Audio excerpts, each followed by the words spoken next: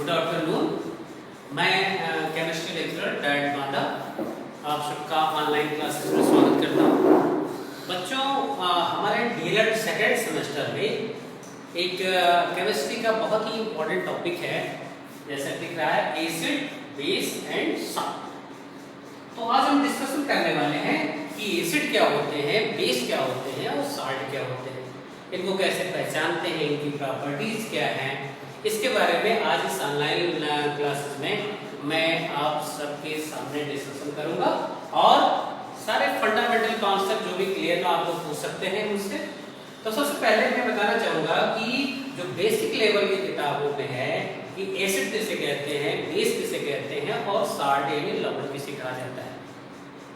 तो एसिड जो हमारे बेसिक लेवल की जूनियर की किताबों में 7th के सिलेबस में निहित है, अम्ल वे पदार्थ होते हैं जो स्वाद में खट्टे होते हैं। अम्ल क्या होते हैं?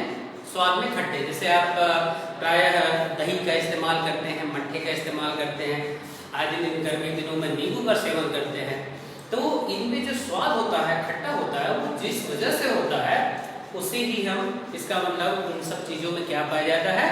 अम्ल पाए जाते हैं। अम्ल स्वाद में कैसे होते हैं? खट्टे होते हैं। और क्षार के बारे में बताया गया है कि बेस वे पदार्थ होते हैं जो स्वाद में कड़वे होते हैं। कैसे होते हैं? Bitter in test.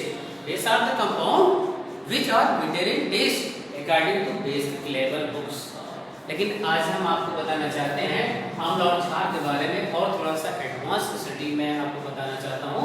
अम्ल स्वाद में खट्टे तो होते ही हैं, लेकिन एक वैज्ञानिक थे आर्हेनियस, उन्होंने कहा अम्ल वे पदार्थ होते हैं जो वाटर में, जो बिलेयर में, पानी में H+ आयन देते हैं या जिनमें हाइड्रोनियम आयन देने की क्षमता होती है।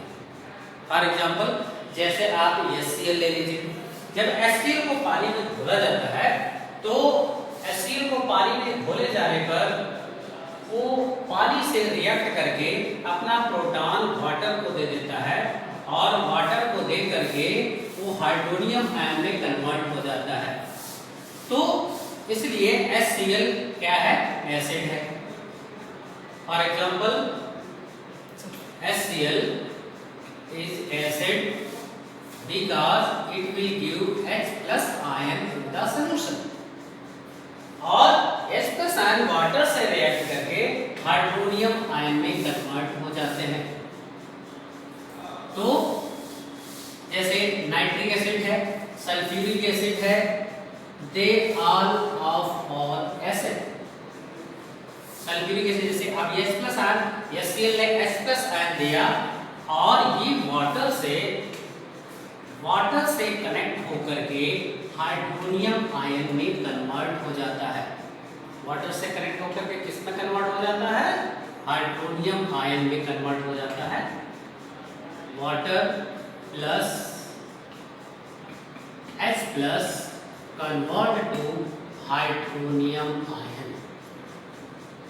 ये कौन सा आयन बच्चों? इसको क्या कहते हैं? This ion is known as hydronium ion. Hydronium ion कहा जाता है इसे। तो अकॉर्डिंग टू आर्हेनियस साहब ने कहा कि अम्ल वे पदार्थ होते हैं जो बिलेयर में H+ आयन देते हैं और पानी में जब घोले जाते हैं तो पानी से प्रोटॉन कनेक्ट होकर के हाइड्रोनियम आयन में चेंज हो जाता है। इसलिए और इनके एग्जांपल जैसे सल्फ्यूरिक एसिड, नाइट्रिक एसिड, ये सारे के सारे एसिड कहलाते हैं।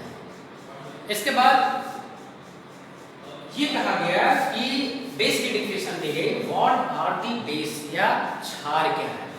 अब मैं आपको ये सब एक बात और बता दूं कि बेस और एल्कली दोनों में डिफरेंस होता है। बेस और एल्कली में क्या होता है? डिफरेंस होता है। अब मैं बेस को डिफाइन करना चाहूंगा। बेस होते क्या है या क्षार क्या है और क्षारक क्या है। बेस मीन्स होता है क्षार और एल्कली मीन्स होता है क्षारक। बेस मीन्स क्या होता है स्टूडेंट्स? बेस मीन्स होता है क्षार और एल्कली मीन्स होता है क्षारक। दोनों में अंतर जानना बहुत जरूरी है कि क्षार और क्षारक में क्या अंतर है। तो जो बेस होते हैं they do not dissolve in water, they do not dissolve in water, they do not dissolve in water, अर्थात ये पानी में घुलनशील नहीं होते हैं। बेस क्या होते हैं बच्चों? ये पानी में घुलनशील नहीं होते हैं। जैसे for example caesium hydroxide, example caesium hydroxide, barium hydroxide, they are bases. ये क्या है बच्चों? बेस है। अब हम एल्कली के बारे में बात करेंगे। द बेसिस अर्थात ऐसे क्षार जो पानी में घुलनशील होते हैं। क्या होते हैं? जो पानी में घुल जाते हैं। ऐसे क्षार जो पानी में घुल जाते हैं उन्हें हम क्या कहते हैं? Alkali. The bases which dissolve in water is called alkali। अर्थात आप सब हिंदी में भी लिख लीजिए कि ऐसे क्षार जो पानी में घुलनशील हो जाते हैं उन्हें हम क्षारक कहते हैं। और मैं ये आपको क्लियर बता दूं, और ये आप लोग अपने कॉपी पे नोट भी कर लीजिए कि ऑल एल्कली आर बेसेस। क्या लिख देंगे? All alkali are bases but all bases are not alkali. तो कहने का मतलब क्या है कि ऑल एल्कली आर बेसेस, सभी क्षारक क्षार होते हैं, सभी क्षारक क्षार होते हैं, किंतु सभी क्षार क्षारक नहीं होते। पॉइंट टू बी नोटेड, इस बात को नोट कर लीजिए। All alkali are bases but all bases are not alkali। all alkali are bases but all bases are not alkali। अर्थात सभी एल्कलीज का मतलब होता है क्षारक, सभी क्षारक क्षार होते हैं किंतु सभी क्षार क्षारक नहीं होते। अर्थात हम उन्हीं को एल्कली कहेंगे जो क्षार जल में घुल जाएंगे, डिसॉल्व हो जाएंगे। और जो बेस होता है, बेस एसिड से रिएक्ट करके न्यूट्रलाइजेशन रिएक्शन देता है, अर्थात विलयन उदासीन हो जाता है, न्यूट्रल हो जाता है। तो अभी हमने सिंपल डेफिनेशन आपको बच्चों दिया कि अम्ल क्या है और क्षार क्या है। ओल्ड कॉन्सेप्ट हमारी बेसिक की बुकें क्या कहती हैं, क्योंकि वहाँ पे एक्सपेरिमेंट करके बच्चों को नहीं समझा, उनका लेवल बहुत लोअर होता है, उनको ये भी नहीं मालूम कि प्रोटॉन क्या है और क्या तमाम सारी चीजें हैं, इसलिए उनके लेवल से तो आप ये बच्चों को बताने का प्रयास करेंगे अम्ल स्वाद में खट्टे होते हैं। बेटा जब घर में जाते हो तो देखते हो मम्मी आपको दही देती हैं खाने के लिए, नींबू खाते हो, तो वो सब क्या कैसे स्वाद में आते हैं? आप सभी ने स्वाद देखा होगा, तो खट्टे आते हैं। तो इसका मतलब आप अपने माता पिता को बता सकते हैं पापा इसमें अम्ल उपस्थित होता है, हमारे सर जी ने बताया था इसमें अम्ल उपस्थित होता है। और जैसे नीम की पत्ती को चखिए, करेला खाइए, तो स्वाद में कैसे आता है बेटा? एकदम कड़वा, ऐसा लगता है मुंह से उगल रहे। तो जो कड़वी चीजें हैं वो समझ लो उनमें क्या पाया जाता है? क्षार पाया जाता है। या फिर बेसिक लेवल के कॉन्सेप्ट है। लेकिन आर्हेनियस के अकॉर्डिंग, आर्हेनियस वैज्ञानिक के अनुसार जो H+ आयन देते हैं विलयन में या हाइड्रोनियम आयन देने की क्षमता रखते हैं उन्हें अम्ल कहा जाता है। और बेस वो होते हैं जो हाइड्रोक्साइड आयन देते हैं, OH- आयन देते हैं विलयन में, उन्हें क्षार कहा जाता है।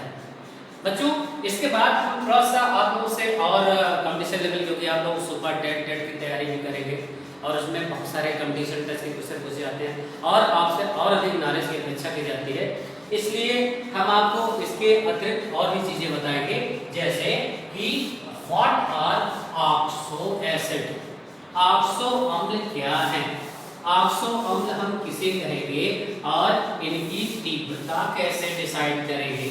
ऑक्सो अम्ल, सबसे पहले हम जानेंगे what are oxo acid. Oxo acid क्या है? ऑक्सो एसिड, ऑक्सो अम्ल। बच्चों ऑक्सो अम्लों के बारे में बता दें कि ऑक्सो अम्ल ऐसे अम्लों को कहा जाता है जिनमें किसी अधातु तत्व से, कैसे, किसी नॉन मेटल, सेंट्रल जो केंद्र में परमाणु होना चाहिए वो नॉन मेटल होना चाहिए। जैसे suppose that X is non metal और at least one OH connected with that. इसका मतलब है ऑक्सो एसिड उन अम्लों को कहेंगे जिससे कम एक OH समूह अधातु तत्व से जुड़ा होना चाहिए। यहाँ अधातु और धातु के बारे में तो आप लोग पहले जान ही चुके हैं कि अधातु और धातु को कैसे हम डिफाइन करते हैं। जो अधात्वी होती हैं वो इलेक्ट्रॉन को गेन करती हैं, इलेक्ट्रॉन को ग्रहण करती हैं और धातुएं इलेक्ट्रॉन का त्याग करती हैं। तो यहाँ जो यक्ष होना चाहिए वो नॉन मेटल होना चाहिए। जहाँ X equal to, you can say that, आप कह सकते हैं कि X इक्वल टू जैसे नाइट्रोजन है, सल्फर है, कार्बन है, ये क्लोरीन है। तो अगर ये तत्व है सेंट्रल एटम में और उनसे एक भी OH जुड़ा हुआ है तो उनको हम इस अम्ल को क्या कहेंगे? उनको ये कैसे अम्ल है? ऑक्सो एसिड है। कौन से अम्ल है बच्चों? Oxo acid. अब आइए इनकी तीव्रता के बारे में डिस्कस करते हैं कि कैसे हम मानेंगे कि कौन सा ऑक्सो अम्ल कितना तीव्र है। तो ऑक्सो अम्ल की तीव्रता से के संबंध में मैं आपको बताना चाहूंगा कि ऑक्सो अम्लों के जो केंद्रीय परमाणु होते हैं इन पर आप आवेश ज्ञात कर लीजिए। आवेश ज्ञात करने की, जैसे सपोज दैट सल्फ्यूरिक एसिड है, नाइट्रिक एसिड है, कार्बोनिक एसिड है, H2CO3। तो अब बताएं इनमें आपको सेंट्रल एटम दिखाई दे रहा है, इसमें क्या है? सल्फर, इसमें क्या है? नाइट्रोजन, इसमें सेंट्रल एटम क्या है बेटा? कार्बन। तो आप देख रहे हैं कि इनका जो सेंट्रल एटम है हम पहले इन पर आवेश निकाल लें, क्योंकि हमको यहाँ ब्लैक बोर्ड पर प्रैक्टिकल कॉन्सेप्ट तो हम आपको प्रैक्टिकल तो करा नहीं पाएंगे। यहाँ सैद्धांतिक रूप से कैसे आप पहचानेंगे कि कौन सा अम्ल स्ट्रॉन्गर है और कौन सा अम्ल वीक है। तो आइए हम डिस्कशन करते हैं। यहाँ सल्फ्यूरिक एसिड पर देखिए जरा। सल्फ्यूरिक एसिड में एक, आप जानते हैं कि एक हाइड्रोजन पर एक धनावेश होता है, यहाँ दो हाइड्रोजन आपको दिखाई दे रहे हैं, तो टोटल हम यहाँ 2+ चार्ज लिखते हैं। हाइड्रोजन पर एक होता है, यहाँ 2 है तो इसलिए हमने 2 चार्ज लिख दिया। एक ऑक्सीजन पर कितना चार्ज होता है? -2 होता है, सभी जानते हैं। -2 और यहाँ कितने ऑक्सीजन है बताइए? 4 है। तो टोटल कितना चार्ज हो जाएगा? -8 हो जाएगा टोटल ऑक्सीजन का।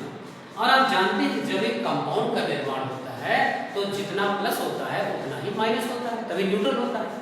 इसलिए सल्फर को बैलेंस करने के लिए -8 और यहाँ +2 है, तो सल्फर पे +6 आवेश आना चाहिए। कितना आना चाहिए? कितना आना चाहिए? +6 चार्ज आना चाहिए। तो सल्फर के सेंट्रल एटम पे यहाँ पे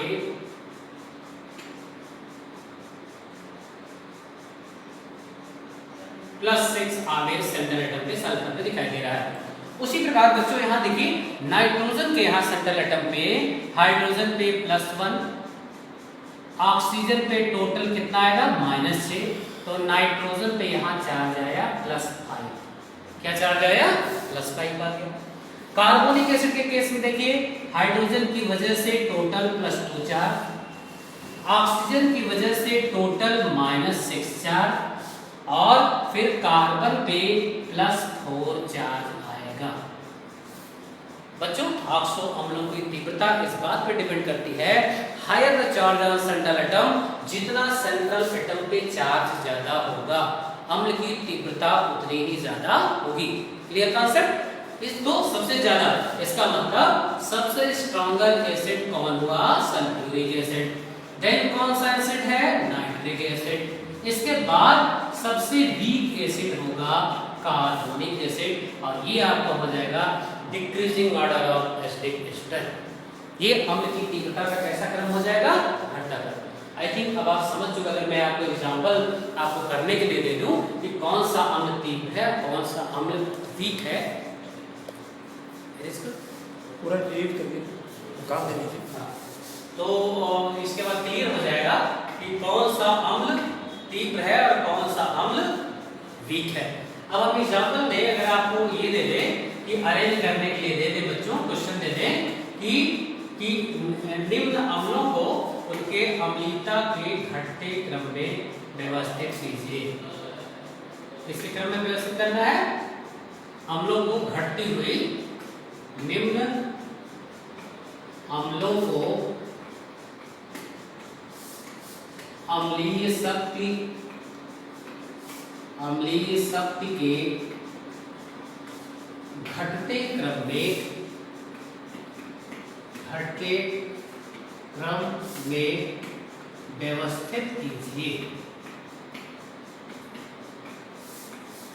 व्यवस्थित कीजिए। और हम आपको एग्जांपल दे देते हैं, जैसे suppose that HClO4 HClO3 H2CO3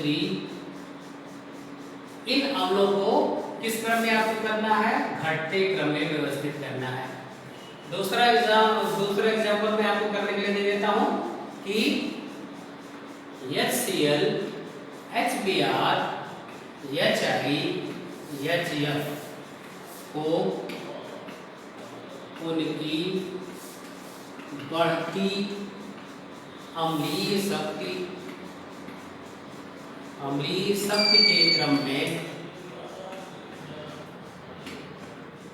के क्रम में व्यवस्थित कीजिए।